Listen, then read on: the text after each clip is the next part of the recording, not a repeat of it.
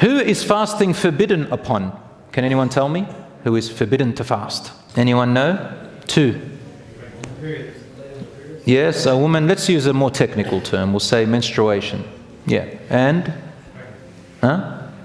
Who? Forbidden. Haram to fast.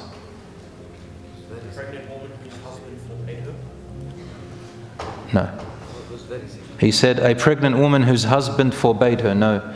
A command from Allah cannot be forbidden by anybody. So a woman in her menstruation is haram for her to fast. Another one? Postnatal bleeding. Barakallah. Good. Ahsant.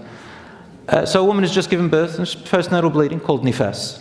So these two do not fast and do not pray. The only difference is that she doesn't need to make up her prayers, but she needs to make up her days of fasting that she missed out on. We will talk about making up days shortly. Number 7, who is exempt from fasting? Can anyone count them? I just counted them before. There's 4. Who is exempt from fasting? The sick, the traveler, pregnant woman, and breastfeeding woman. Now, with sickness, we also add old age. Obviously, old people are not sick and ill, but because of their bodies, they are withered, they are weaker. These are the people Allah says, وَعَلَى الَّذِينَ يُطِيقُونَهُ. Those who find it difficult, very hard for them, these are people who are old age. So very old age where the body is weak and they're prone to all sorts of health problems. These people are exempt from fasting. But let's explain them. Number 1, sickness. If you are temporarily sick, with a sickness where you find yourself, you know what, I am sick. You have a virus, you have a bacteria, you're feeling weak, you're feeling lethargic, and then you go to the doctor, or you can feel that you truly have a sickness, not just fatigue, but sickness, then it is preferred for you to break your fast. Preferred for you to break your fast. Because the Prophet ﷺ did say, Allah likes that His concessions be taken. And Allah says in the Quran, يُرِيدُ اللَّهُ بِكُمُ الْيُسْرَ وَلَا يُرِيدُ بِكُمُ الْعُسْرَ. He wants ease for you, doesn't want hardship for you. And the Prophet, peace be upon him, is reported to have said, it was reported by Aisha Adhan and other companions, that if the Prophet, peace be upon him, was given an option between 2 matters, he would always choose the easiest matter. Number 2, you've got to make up that day if you break that. If you were sick and you broke it. Number 3, if you don't make up that day until the next Ramadan has passed, so this is Ramadan, you got sick tomorrow, God forbid, and then you broke it. You got to make up that day before the next Ramadan. But if you don't make up that day before the next Ramadan, what do you think happens? You pass 1 whole year, 2 years, and you had no excuse. You just thought, you just procrastinated, let's say. There are 2 opinions. One opinion says, just make up the day, no problem. And the other one is, make up the day and feed 1 poor person. We go with that second opinion because there's benefit for the poor people, and alhamdulillah, we are financially comfortable to feed 1 poor person. If you're not able, then just fast the day, even if it was 5 years later. Number 2, travel. If you are past 80 kilometers or more, then there's 2 things.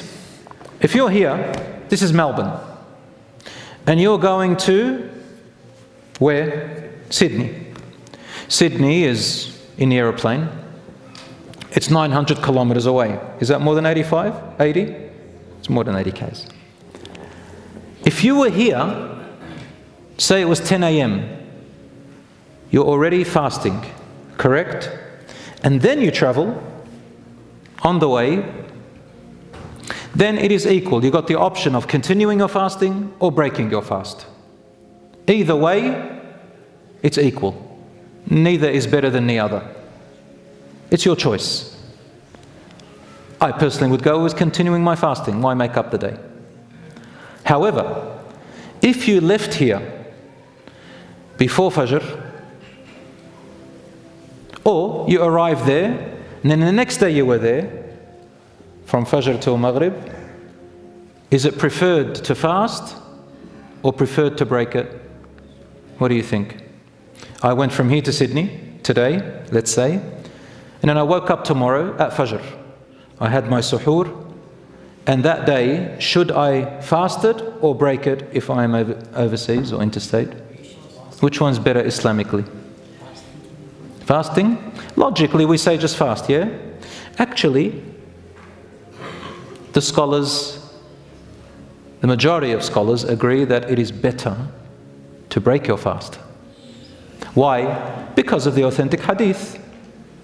In Sahih Muslim, Rasul Sallallahu Alaihi Wasallam said, لَيْسَ الْبِرُّ صِيَامٌ فِي سَفَرٍ لَيْسَ الْبِرُّ صِيَامٌ فِي سَفَرٍ It is not piety to fast on safar, on travel. Because that was a man, he came up, he has a different language, different accent. I forgot what he said, and he said he was a Bedouin, and he said, Ya Rasulullah, is it better and piety to fast on travel? And he said, it was a different accent, it is not piety to fast on travel. And the Prophet, peace be upon him himself, is to break his fast when he was on travel. Make up just that day that you broke, or the 2 days, or whatever days. Number 3, let's go to the pregnant and breastfeeding woman together. The mother, we'll just talk. Pregnancy and breastfeeding is the same outcome and the same rules. Number 1, if a pregnant woman fears for her own health while she's pregnant, or she fears for the health of her child, her fetus, her baby, or a breastfeeding mother fears that her milk may dry if she fasts, or she fears that her baby is not getting enough milk, then she is preferred to break her fast. Preferred, mustahab, yundab, preferred to break her fast. Why? Because the benefit of her health and the benefit of her child takes priority. Especially in the first trimester, 3 months, for those of you who don't know, sisters would know of course. In the first 3 months, it's very critical. She can lose a child if there's too much stress and bad health. And her health, of course, women are prone to, during pregnancy, diabetes, vitamin D deficiencies and all sorts of things. Not here to scare you sisters, but those of you who haven't gotten married yet, but in general, pregnancy is difficult and Allah rewards you tremendously, and He says to you, you don't have to fast, and it's preferred not to. But if there's no fear, and mashallah, this woman has amazing genetics, her parents are from the village up in Lebanon somewhere, they've had, mashallah, filtered water from the fountains, and they have wrestled with the beasts of the mountains, mashallah. These ones have got strong genetics and she doesn't fear upon herself, then she can fast, alhamdulillah. But generally speaking, brothers and sisters, it is better to actually break her fast for the sake of the baby. Let's say that she's breastfeeding for 2 years. 2 whole years. 2 Ramadans. She doesn't have to fast any of them. What does she do? We say, for every day that she broke, she still owes them. Just fast them. Okay. If it is a baby that she fears the health upon, not herself. If she fears her own health, she just makes up the day and that's it.